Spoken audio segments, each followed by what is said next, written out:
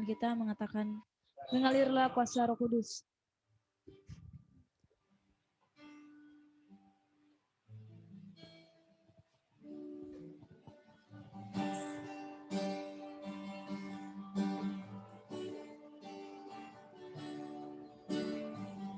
Bagaikan tanah kering yang merindukan air, demikianlah jiwaku haus akan Engkau. Bagai tanah gersang selalu hadirmu di hidupku,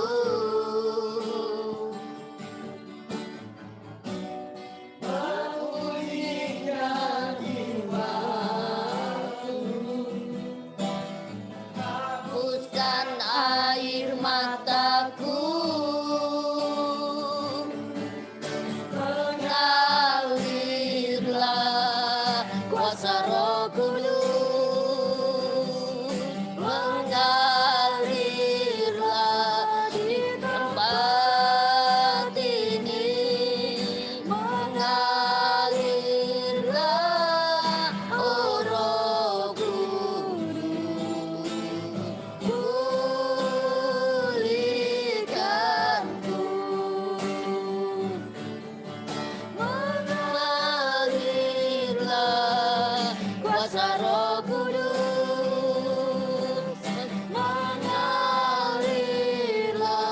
di tempat ini, mengalirlah oh Roh Kudus, pulihkanku. Mari kita menyembah. Oh Yesus, mengalirlah oh mengalirlah Roh Kudus, pulihkanlah kami. Ajaib Kau Tuhan, penuhkan kami dengan kuasa Roh Kudus-Mu, penuhkanlah kami dengan firman-Mu. Kami haus ya Haleluya, haleluya. Kau sungguh baik Bapa. Haleluya Yesus. Haleluya Yesus. Mulia namamu Bapa. Kudus kudus Kau Tuhan. Kami memuji-Mu Bapa.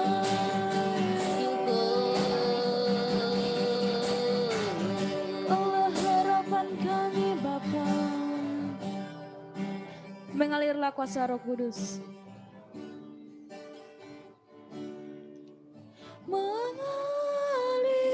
Mengalirlah kuasa Roh Kudus, mengalirlah di tempat ini, mengalirlah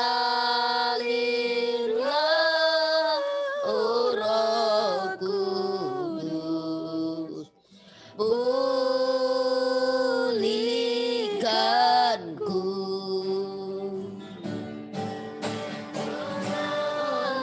Mengalirlah kuasa Roh Kudus, mengalirlah di tempat ini, mengalirlah oh Roh Kudus, pulihkanku.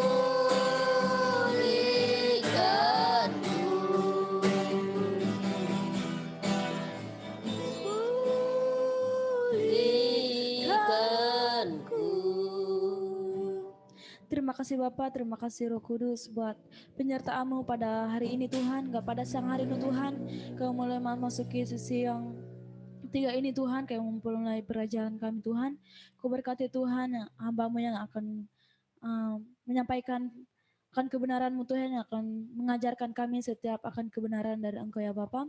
Kau berkati juga kami semua Tuhan, Kau urapi Tuhan setiap hati dan pikiran kami, supaya Kau boleh mengerti dan menyimak setiap pelajaran-pelajaran yang boleh kami dengar Tuhan. Terima kasih Tuhan, kami serahkan pelajaran kami ke dalam tangan-Mu, yang dalam nama Tuhan Yesus kami mengucap syukur, haleluya, amin. Amin.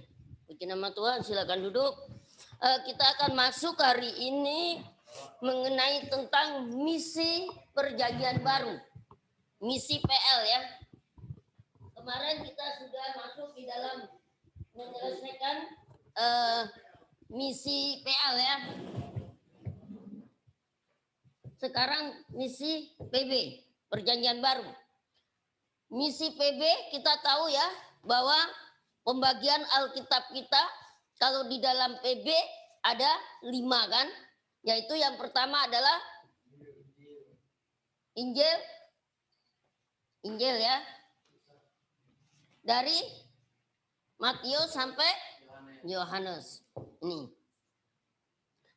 Injil ini dibagi lagi. Ada 4 ya. Injil sinoptik. 3 ya. 3. Nah, Yohanes. Nah, ini saya nggak perlu jelaskan karena ini bukan bagian saya. Itu bagian dosen teologi perjanjian lama ya dan perjanjian baru. Saya hanya ngambil ini sebentar karena apa? Kita akan berbicara tentang Injil di dalam misi. Injil ini, kitab Injil ya, di dalam misi Injil ini kita belajar mengenai tentang cara penginjilannya Tuhan Yesus.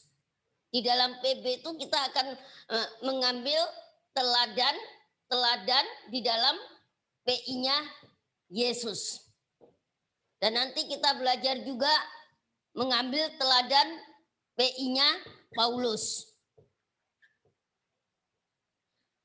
Dan yang ketiga, nanti kita belajar mengambil teladan dari rasul-rasul yang lainnya. Rasul-rasul yang lainnya. Dan siang ini kita belajar dulu melihat teladan, yaitu dari penginjilannya Yesus. Karena Yesus adalah merupakan tokoh misionari yang pertama kali.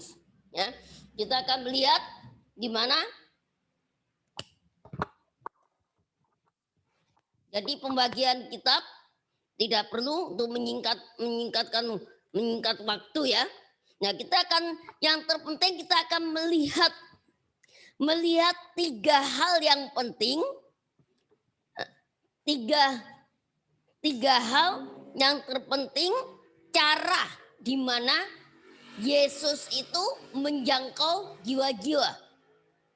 Caranya itu kita akan melihat cara atau langkah-langkah yang Yesus pakai di dalam menjangkau orang atau dia bisa sampai mengumpulkan orang. Kita akan melihat di sini terlebih dahulu. Saya rasa nggak usah pakai ini, suara saya udah keras ya.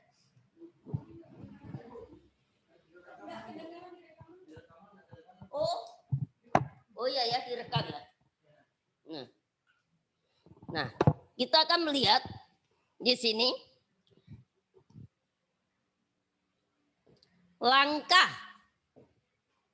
langkah-langkah yang Yesus lakukan pada saat PI. Maaf, tulisan saya tulisan dokter ya. Karena kalau tulisan baik-baik nggak keburu nanti. Yang pertama yaitu Yesus mengikuti karya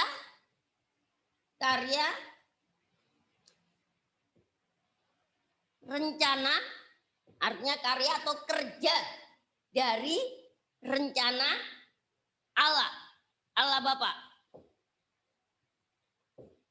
Ini yang pertama.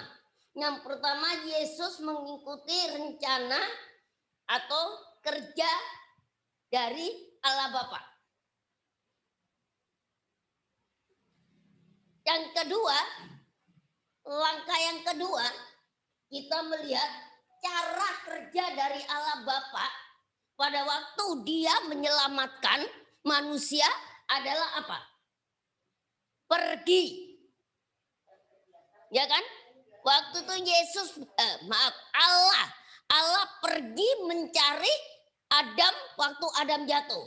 Nah, pada waktu Adam jatuh, Allah pergi mencari, bukan hanya sekedar pergi, tetapi apa? Memanggil sampai dapat. Ya. Jadi ingat, yang kedua itu pergi. Pergi, bahasa kerennya go. Go. Untuk apa? Untuk mencari dan mendapatkan. Nah, ini mendapatkan orang. Nah, sebagaimana waktu Allah, begitu dia tahu si Adam ini sembunyi karena sudah jatuh di dalam dosa.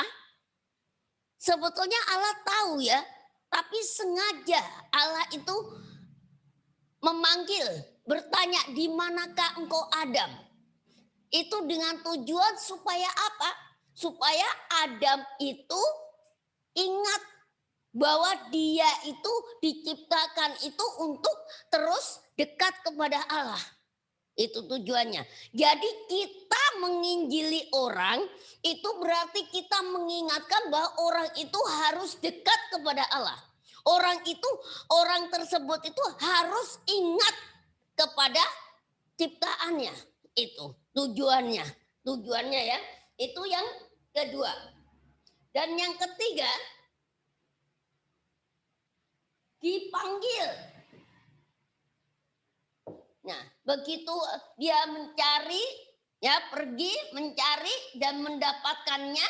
Begitu mendapatkannya apa? Ditanya atau dipanggil, disadarkan.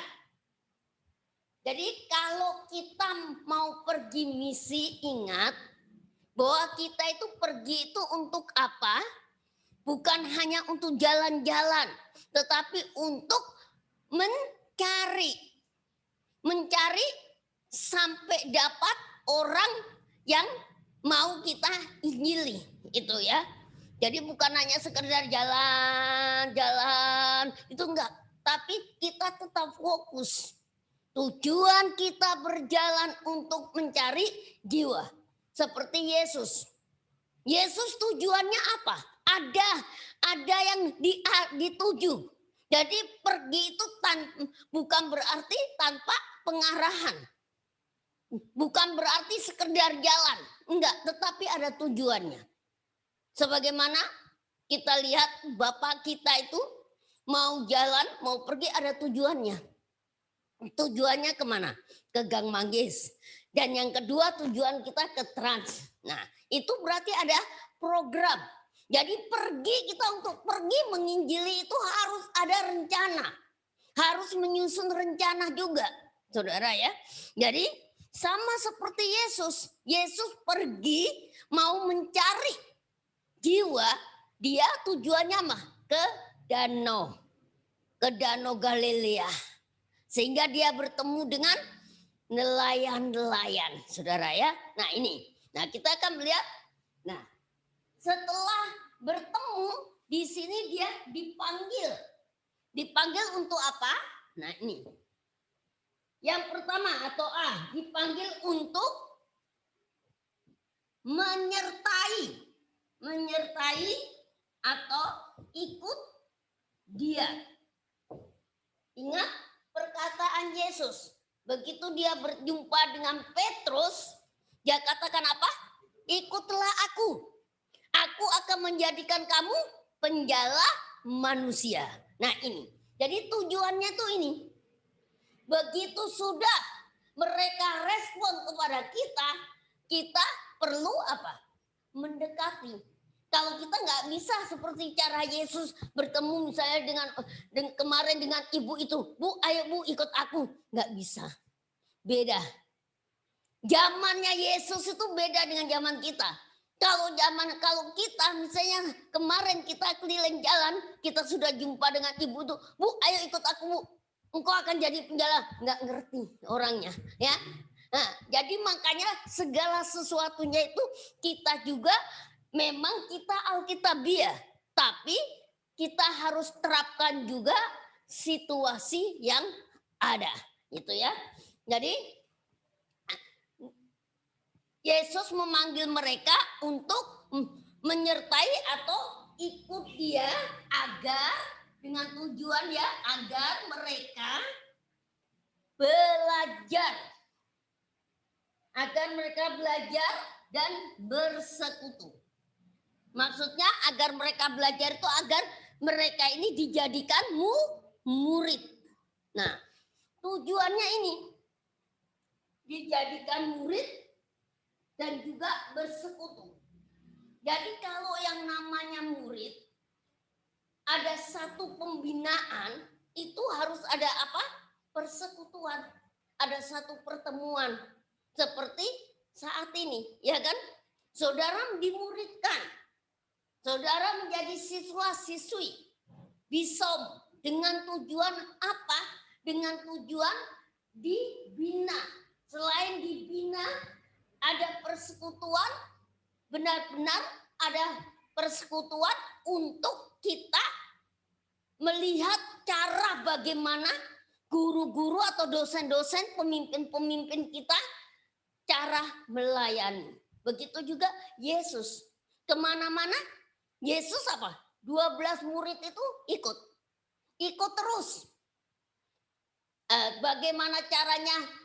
Waktu Yesus menyembuhkan mertua Petrus, kita lihat dengan cara apa? Memegang tangan. Nah, jadi ingat ya, di dalam penginjilan untuk kita berdoa orang sakit, saya tekankan doa untuk orang sakit itu jangan asal main tumpang tangan.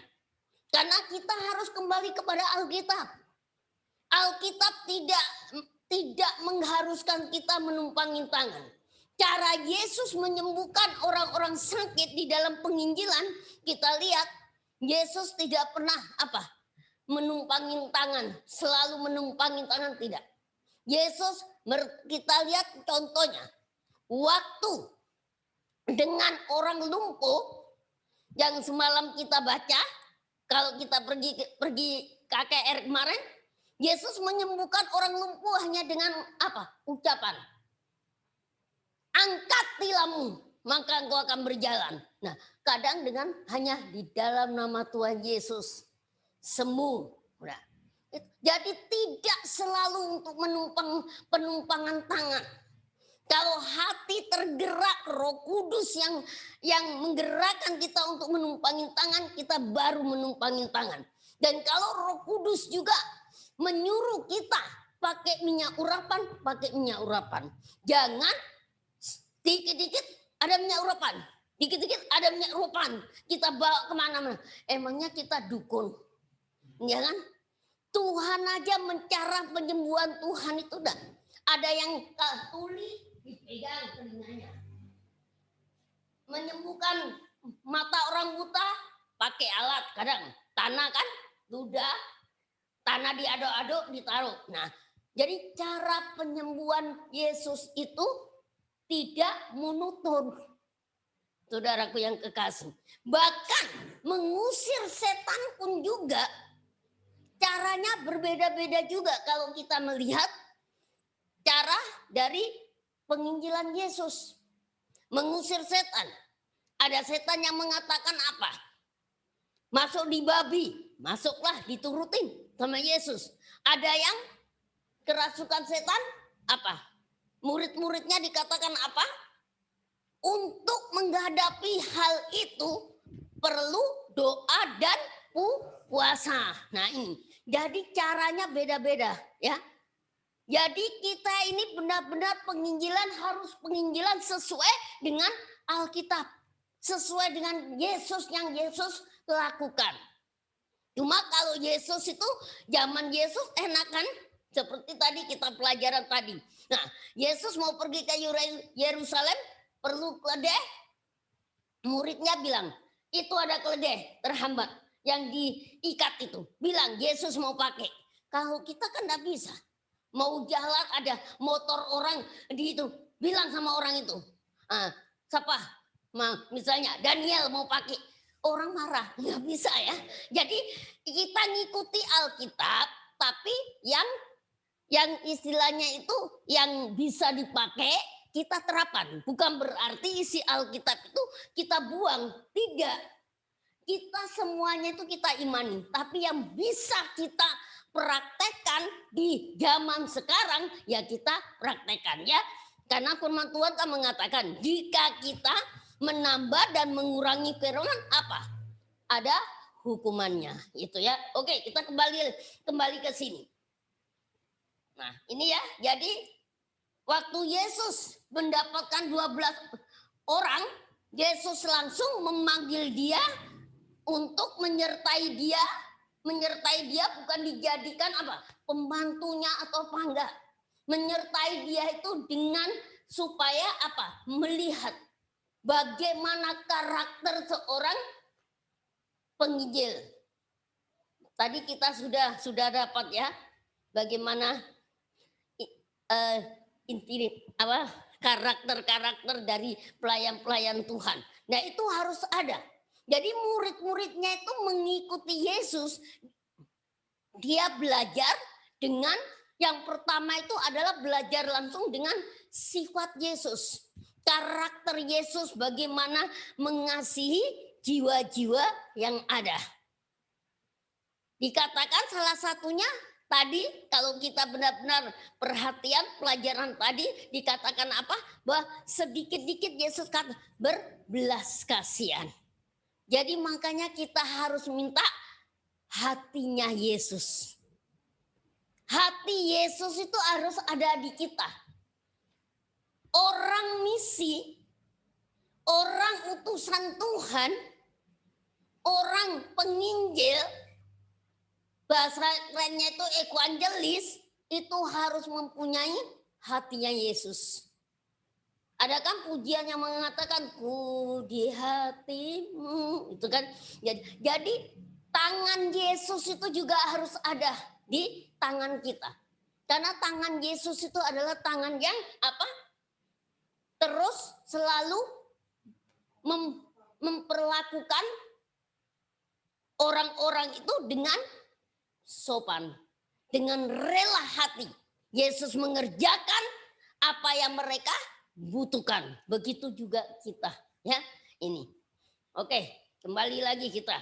Jadi bersekutu di sini artinya ya, ini belajarnya ini benar-benar belajar secara karakter, belajar bagaimana cara Yesus bekerja, menginjili dan sebagainya. Ini belajarnya ini.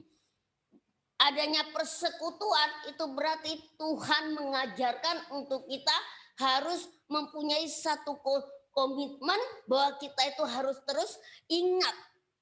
Kita itu tidak ada apa-apanya.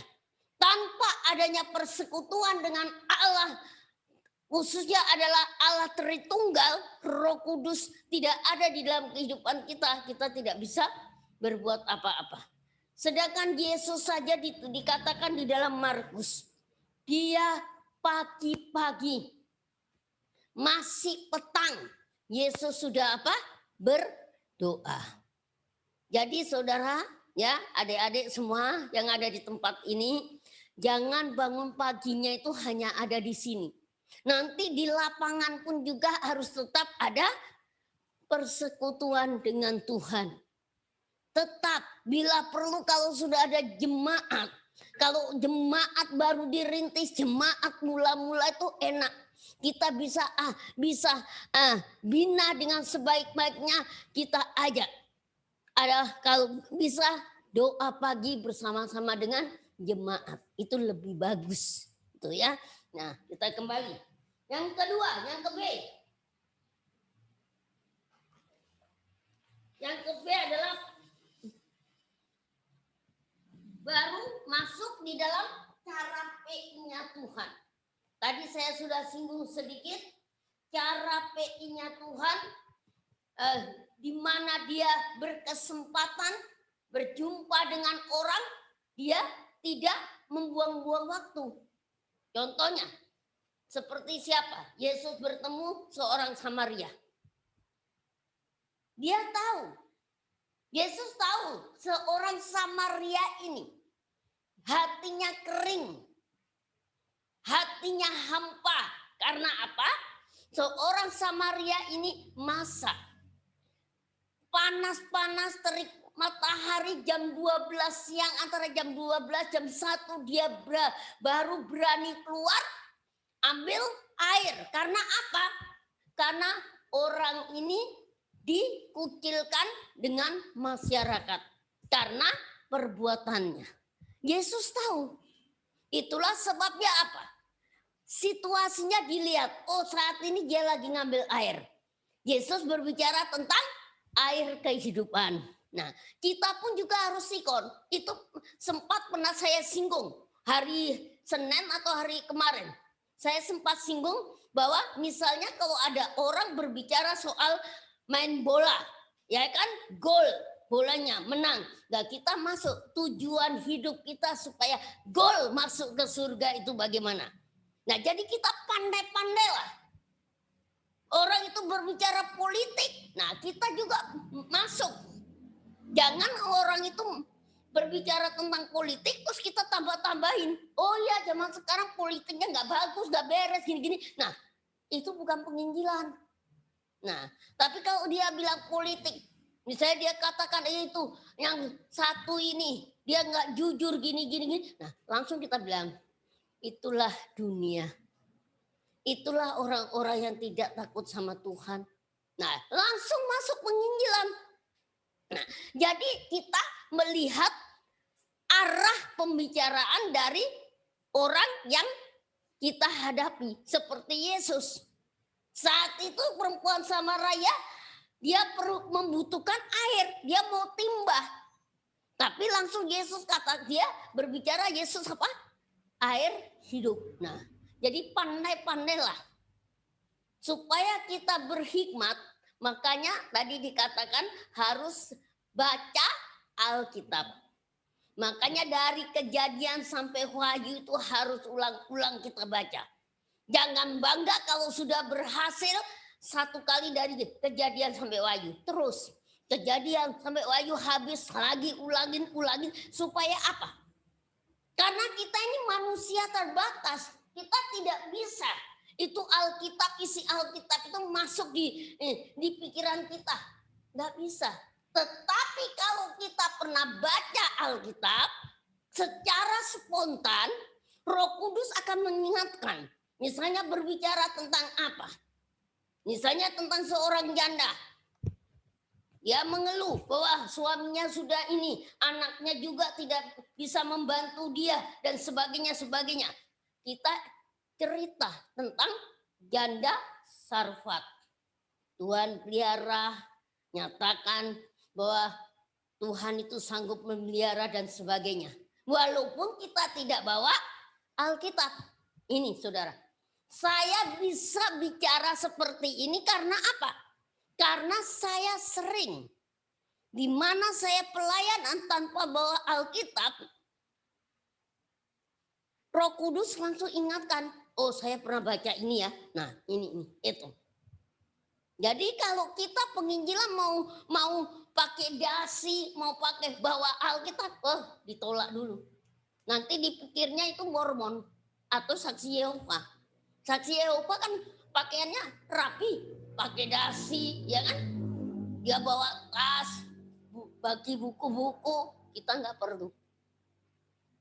Nggak perlu kita. Tunggu nanti.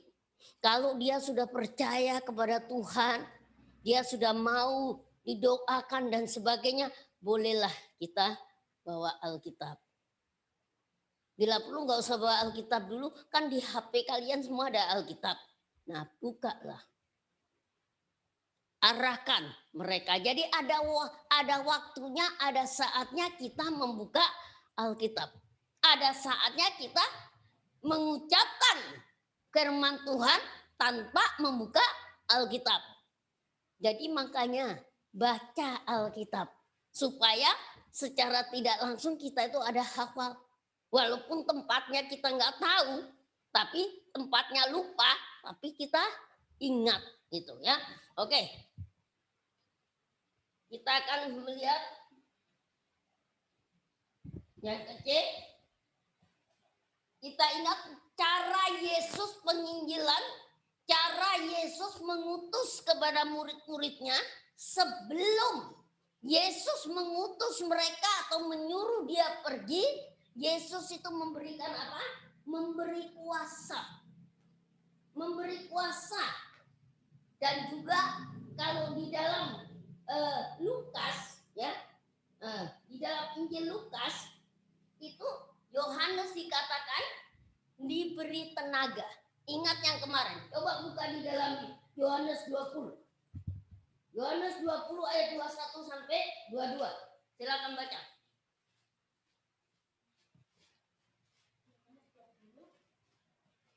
Ayat 21 dan ayat 22.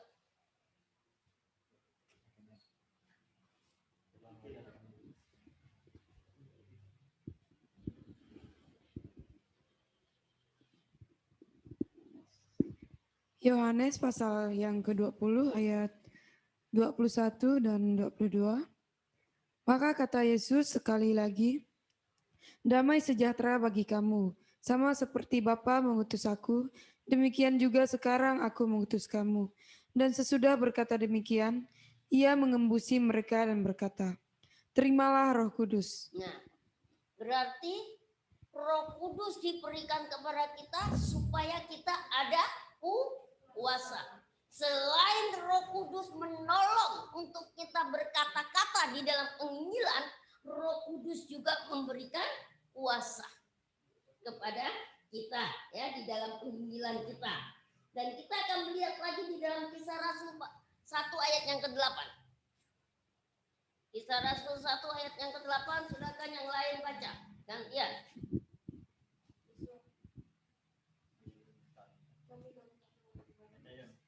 Kisah Rasul 1 ayat yang ke-8.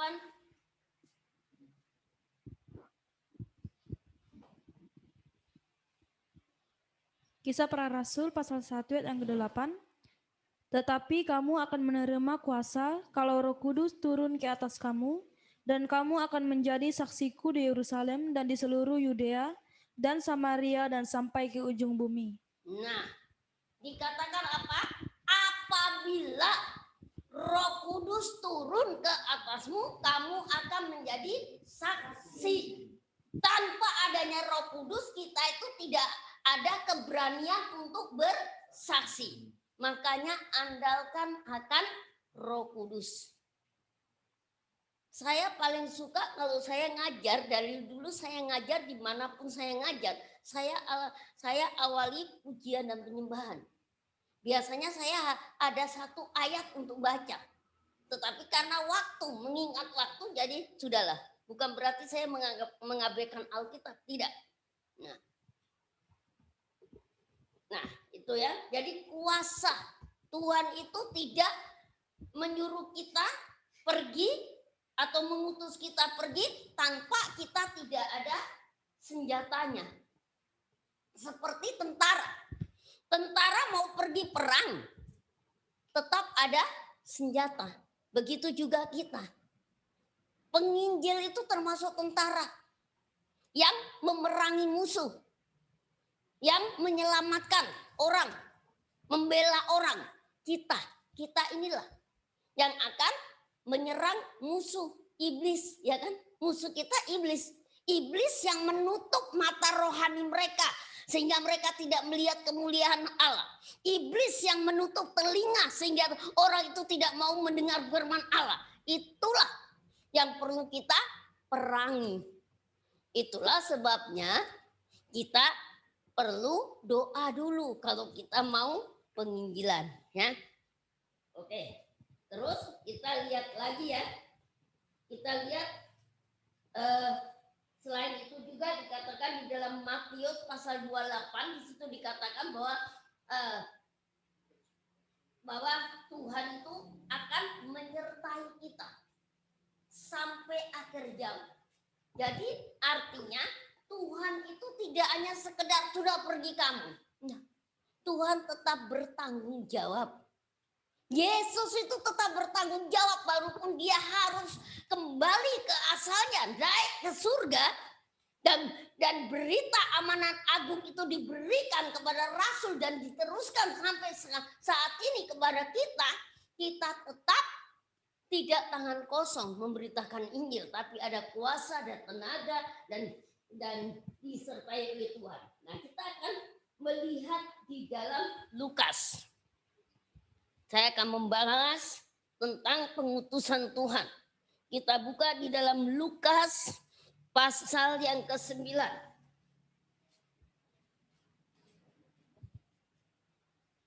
Injil Lukas pasal yang ke-9.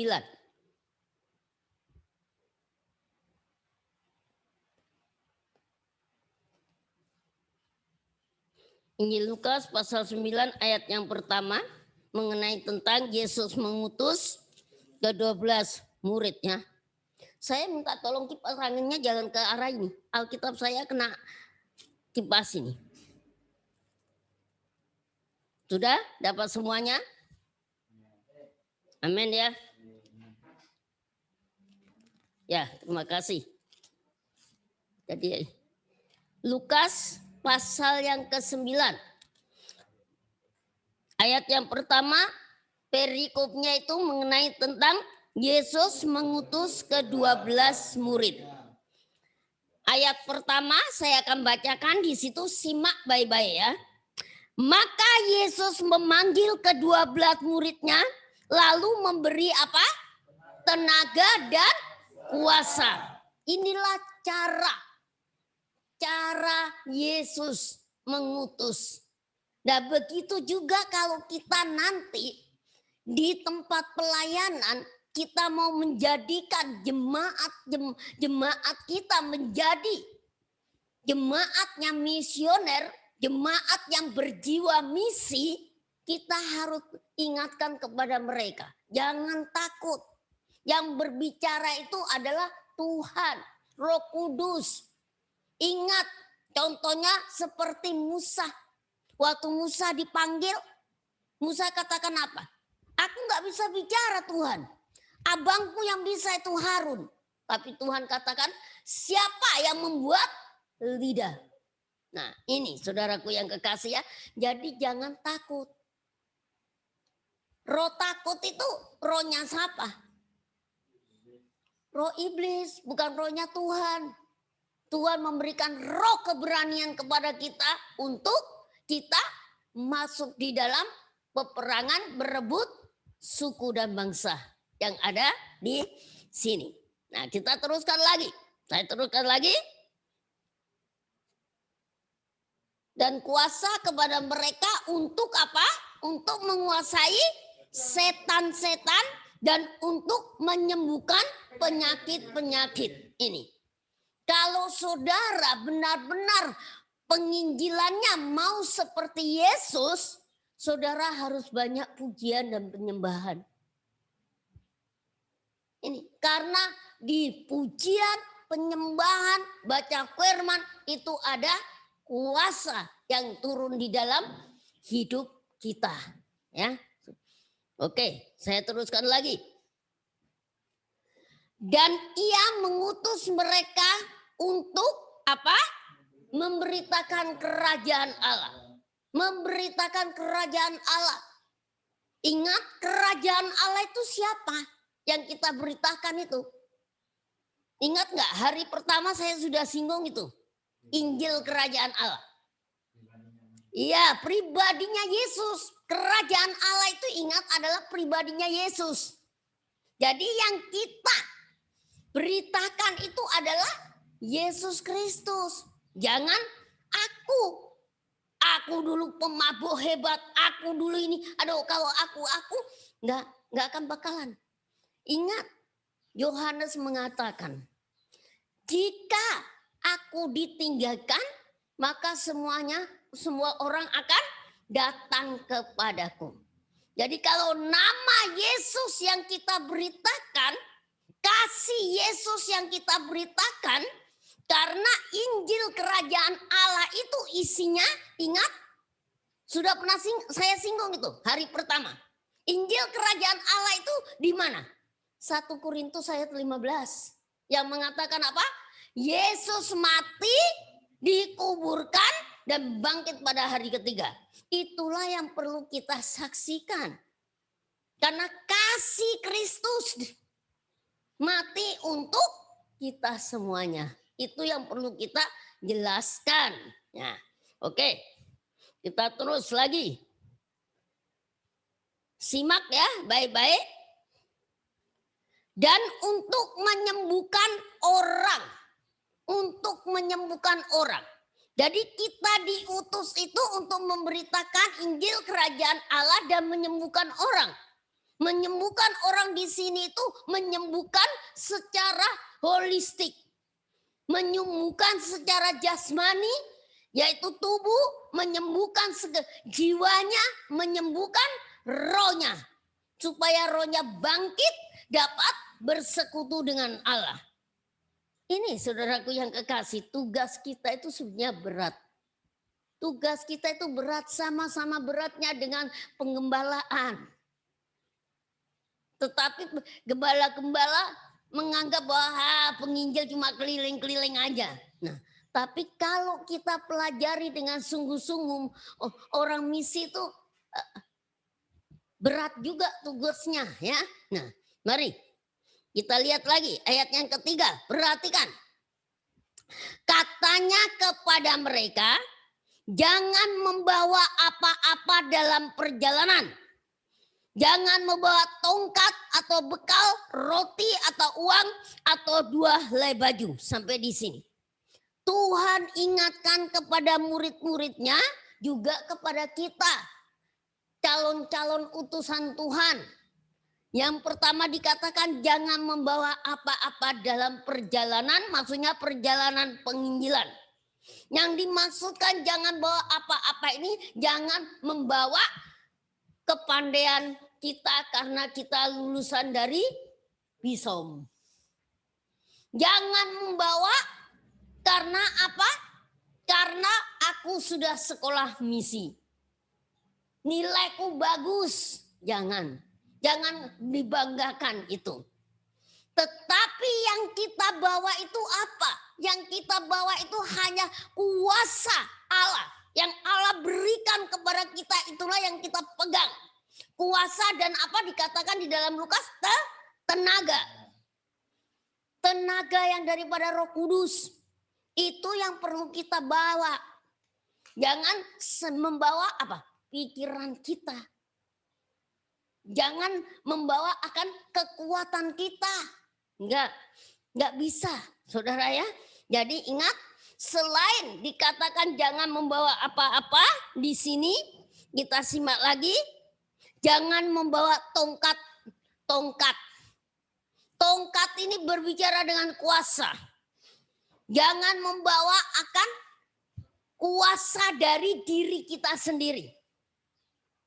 Kuasa dari diri kita sendiri itu kadangkala apa?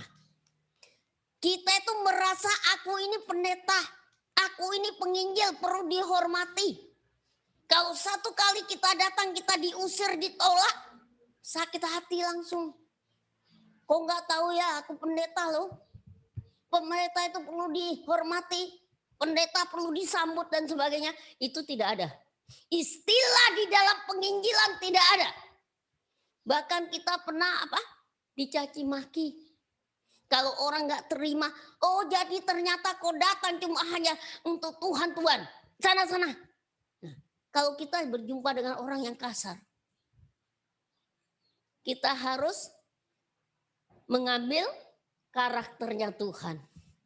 Kita tahu bahwa karakter Tuhan Yesus, dia rela merendahkan diri dan mencuci kaki murid-muridnya. Kita rela dihina, dicaci. Bagi orang-orang yang nggak ngerti apa tujuan kita untuk memberitakan Injil. Ini ya. Jadi jangan pakai tongkat kuasa dari kedudukan kita, kuasa dari kemampuan kita, jangan pakai itu semuanya. Dan kita akan melihat lagi, dan bekal roti atau uang atau 2 helai baju. Saya jelaskan dulu 2 helai baju. Baju ini berbicara tentang kebenaran. Tadi kita sudah mendengar ya, pelajaran tentang kebenaran, haus dengan kebenaran. 2 helai baju ini artinya apa? Kebenaran diri sendiri dan kebenaran tentang Roh Kudus. Kebenaran dari firman Tuhan. Jadi kalau kita penginjilan yang kita pakai itu adalah baju kebenaran. Ingat, di dalam Efesus dikatakan bahwa kita harus memiliki baju sirah kebenaran. Ini. Kalau kita pakai baju sirah kebenaran, tidak ada itu yang namanya rasa tersinggung. Nah, ingat, pedang roh, senjata para penginjil itu, pedang roh itu. Dan kita juga harus pakai ketopong keselamatan. Saya tambahkan, ketopong keselamatan. Ketopong keselamatan itu untuk apa? Ketopong itu artinya helm itulah. Kalau kalian pergi naik motor itu kan pakai helm untuk menutupi di bagian kepala. Di kepalanya ada apa? Ada mata. Supaya di dalam penginjilan mata kita itu tertuju kepada jiwa-jiwa yang kita layani. Bukan tertuju dengan adanya apa? Belum penginjilan kita lihat, apalagi kita baru datang di daerah orang ya, di tempat yang belum kita pernah layani. Itu ada makanan ciri khasnya daerah sini. Ya belok kita makan. Nah, kapan penginjilannya? Maka penginjilan dulu. Penginjilan dulu, baru kalau kita sudah lapar silakan, mau makan mau minum silakan. Tapi fokus. Nah, itulah sebabnya kita harus pakai ketopong keselamatan. Itu. Selain itu menutupi apa lagi? Telinga. Ya kan? Kalau kita pakai helm kan telinga kita tertutup. Artinya jangan kita mendengarkan omongan-omongan orang yang mengatakan, ibu itu gak bisa loh. Ibu itu garang, jangan ke rumah. Jangan. Walaupun garang apapun. Kalau Roh Kudus suruh kita datang, suruh kita pergi, orang itu akan tunduk kepada kita. Harus ada keberanian karena apa? Roh api Pantai Kosta itu membakar hidup kita. Jadi makanya setiap kali masuk pelajaran, mengakhiri pelajaran, saya ajak penyembahan walaupun hanya sebentar. Supaya api Roh Kudus itu membakar kita semuanya. Itu. Ya. Jadi ngerti ya arti 2 helai pakaian. Jadi pakai satu pakaian yaitu berbajukan sirah. Nanti kalau ada waktu saya bahas itu. Senjata rohani yang ada di Efesus pasal 6. Kita fokus dulu di dalam penginjilan Yesus. Itu tuh nanti Efesus itu bagiannya dari penginjilan Paulus itu. Kita belum tiba gitu. Nanti kalau kita masuk di dalam Kisah Para Rasul, baru kita masuk di dalam meneladani penginjilannya Paulus itu. Dan berkaitan dengan adanya Efesus. Nah, kita lupakan dulu Efesus itu. Saya hanya kasih sekedar sedikit saja. Nah, kita akan melihat lagi dikatakan tadi jangan membawa apa-apa. Baik roti ya kan. Artinya berbicara begini. Kalau kita memang sudah menyerahkan hidup kita untuk full melayani Tuhan, ya kan? Lulus dari Bison kan enggak ada yang mau pikiran aku mau jadi direktur, aku mau jadi apa, enggak ada kan semua? lulus benar-benar mau melayani Tuhan kan? Mau diutuskan? Nah, kalau memang benar-benar mau full melayani Tuhan full time, jangan mikir roti. Roti itu berbicara bagian dari makanan. Jangan mikir aku nggak kerja. Terus aku gimana? Makan apa? Jangan. Tuhan itu pelihara. Saudara, saya akan bersaksi. Sejak saya lulus SMA, saya masuk sekolah Alkitab di Beji, Batu Malang. Walaupun keluarga saya itu dibilang sudah Kristen, banyak yang pendeta keluarga saya. Tapi mereka tidak setuju. Tidak setuju semua. Sedangkan paman saya aja pendeta besar. Termasuk pendiri GBI. Gereja yang terbesar waktu itu. Dia katakan tidak. Kamu harus bantu orang tuamu. Karena apa? Dari waktu saya SMP, naik ke SMP, papa saya meninggal sakit. Jadi jelas mama saya yang cari uang. Menyekolahkan semuanya. Nah akhirnya saya bilang, kamu gak boleh jadi pendeta. Jangan. Sudah yang penting kamu mau melayani Tuhan, melayaninya aja di gereja ini. Nah om saya tuh gerejanya 3.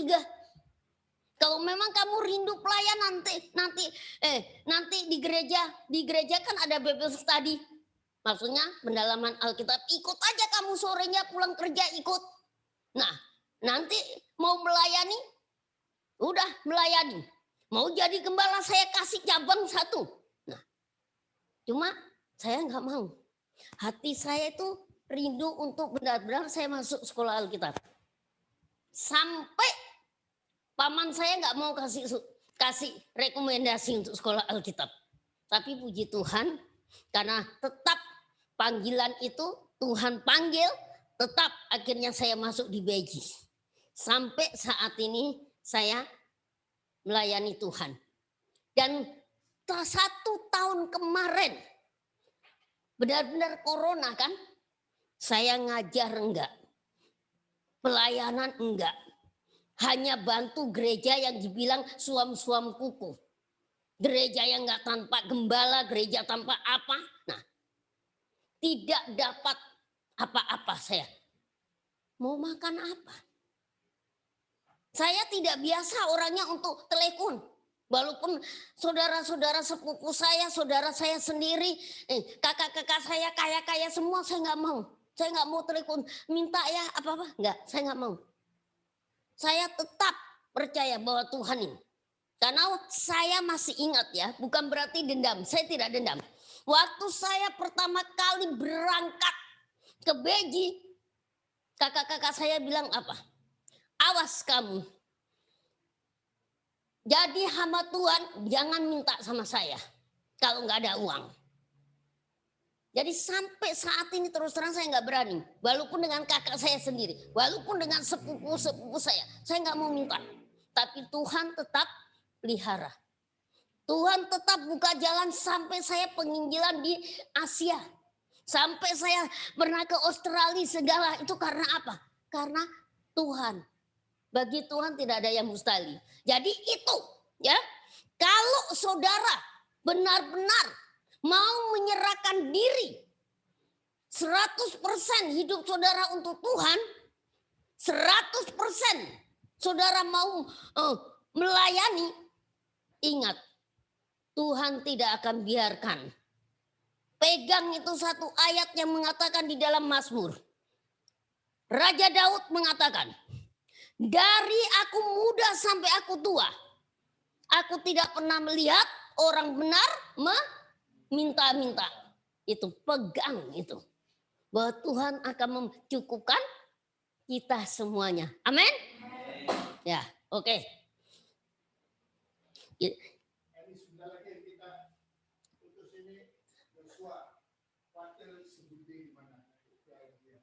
Oh iya, Oke. Ya. Ya, kita lanjut lagi ya. Ayat yang keempat. Dan apabila kamu sudah diterima dalam suatu rumah, tinggallah di situ sampai kamu berangkat dari situ. Artinya, jika ada orang yang terbuka menerima kamu, kamu datangi, beritakan Injil. Itu kesempatan bagi kita. Seperti contohnya kita sudah praktek doa keliling dan kita sudah berapa orang yang mengatakan datanglah ke rumah, main. Tapi jangan minggu-minggu ini. Nanti mereka salah paham apa? Jangan dulu, tahan dulu. Yang penting kita doakan dulu orang-orang itu. Nah, terus lanjut. Dan kalau ada orang yang tidak mau menerima kamu, keluarlah dari kota mereka dan kebaskanlah debunya dari kakimu sebagai peringatan terhadap mereka. Artinya apa? Kalau orang itu menolak, jangan kita berdebat. Jangan kita memaksakan diri. Udah kalau mereka bilang, maaf saya sibuk. Oh ya terima kasih. Maaf saya mengganggu. Udah langsung. Nggak usah banyak ngomong. Udah. Di situ kalau kita ketemu, ya kita gak usah masuk. Kita panggil aja Bu atau Pak gitu. Kalau dia tanya kemana gini, nanti lama-lama orang itu akan panggil kita. Jadi kita tandai, oh rumah ini. Dia menolak saya untuk saya memberitakan firman. Itu maksudnya. Jadi jangan memaksa orang ya. Oke, kita teruskan lagi. Lalu pergilah mereka dan mereka mengelilingi segala desa sambil memberitakan Injil dan menyembuhkan orang sakit di segala tempat. Jadi rasul-rasul ini berhasil memberitakan Injil dan berhasil menyembuhkan penyakit karena apa? Ada kuasa yang daripada Roh Kudus. Dan Allah sudah berjanji tidak akan tinggalkan kita. Di mana kita berada Allah tetap menyertai. Allah Immanuel. Percaya ya. Dan kita terus lagi, kita selesaikan dulu ini kita masuk di dalam Lukas pasal yang ke-10. Ayat 1 sampai dengan ayat yang ke-12. Di situ perikopnya mengenai apa? Yesus mengutus. Nah, kalau di dalam pasal yang ke-9 tadi Yesus mengutus 12 murid, ya kan? Kalau di dalam pasal yang ke-10 Yesus mengutus 70 murid, itu tandanya apa? Murid-murid ke-12 murid itu berhasil penginjilannya, ya kan? Dia berhasil sehingga apa?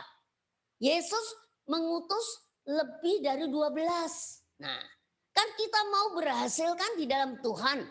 Kalau kita mau berhasil di dalam Tuhan, berserah sepenuh kepada Tuhan. Ini saya bagikan lagi pengalaman. Waktu saya ke Beji, di Beji itu sebetulnya 2 tahun. Kelas 1 dan kelas 2. Waktu kelas 1, mujizat Tuhan terjadi, mama saya mau bayar. Dan waktu saya mau naik kelas 2 di Beji, mama saya tiba-tiba apa? Percumalah. Saya kasih uang hanya sekolah-sekolah gitu. Nggak ada artinya. Sudah stop. Nah, saya diam aja. Akhirnya sudah saya harus praktek, saya praktek. Pertama kali saya prakteknya di Manado. Saya praktek. Habis praktek, karena saya dijanjikan sama saudara sepupu saya, itu dia bilang, kalau kamu sudah lulus kelas 1 di Beji dan kamu praktek berhasil, kamu masuk ke Petamburan. Akhirnya sudah, saudara sepupu saya bilang, berarti kamu sudah berhasil. Masuklah di Petamburan. Cuma saya mikir, masuk di Petamburan saya pakai uang apa? Siapa yang mau biayain saya? Akhirnya saya tunda. Tunda sampai berapa, hampir 10 tahun. Saya nggak sekolah. Tapi saya pelayanan penginjilan terus belajar dari penginjil-penginjil senior. Sampai akhirnya tiba-tiba tahun 2006 saya baru ngambil S1 di Petamburan. Nah, artinya kesaksian ini yang saya bagikan artinya apa? Walaupun saya tidak ada dasar teologi ya, dasar saya cuma di Beji selama 1 tahun, tapi saya sudah bisa berkhotbah keliling. Itu karena apa? Saya hanya berserah, berdoa, saya hanya percaya bahwa Tuhan yang akan memakai saya. Prinsip saya hanya pakai di dalam Sakaria pasal 4 ayat 6. Ingat enggak? Coba buka, baca. Karena siapa? Adik kita yang baru datang ini belum tahu. Sakaria 4 ayat 6. Kamu yang baca ya.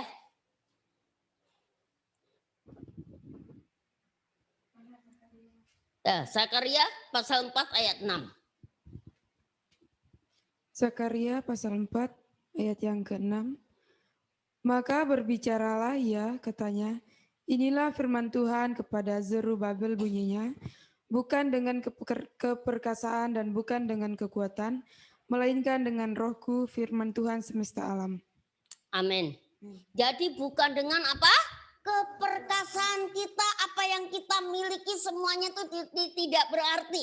Tidak membawa keberhasilan kita untuk menjadi pengutus. Tidak, utusan. Tidak. Tetapi hanya roh Allah. Karena semuanya sudah saya lalui bersama dengan Tuhan sampai saat ini. Bahkan waktu saya lulus S1,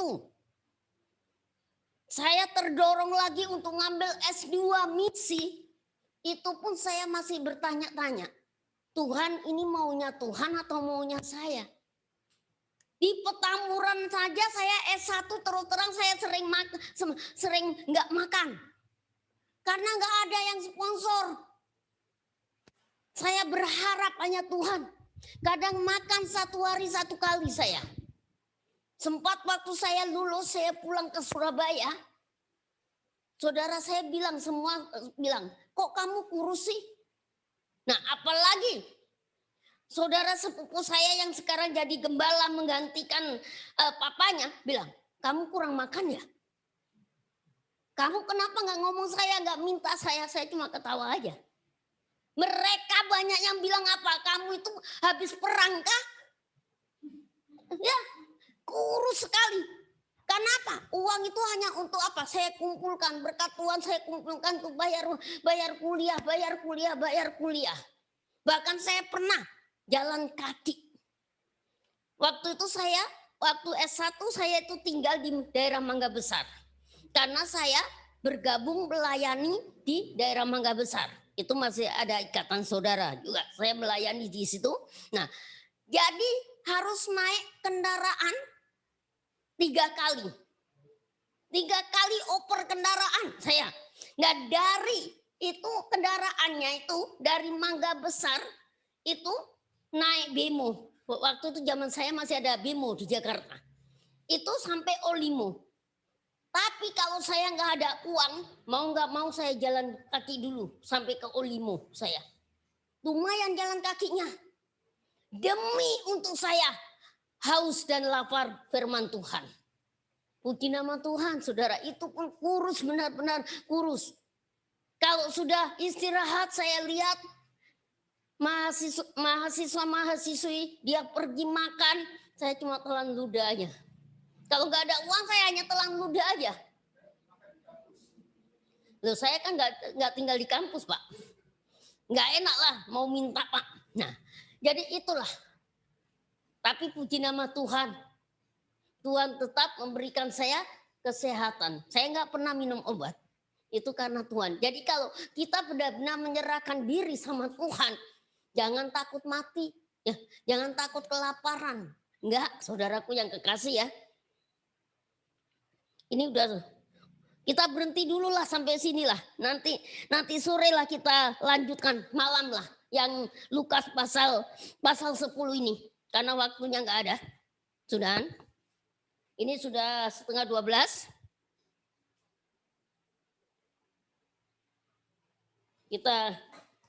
Kita tutup, kita akhiri.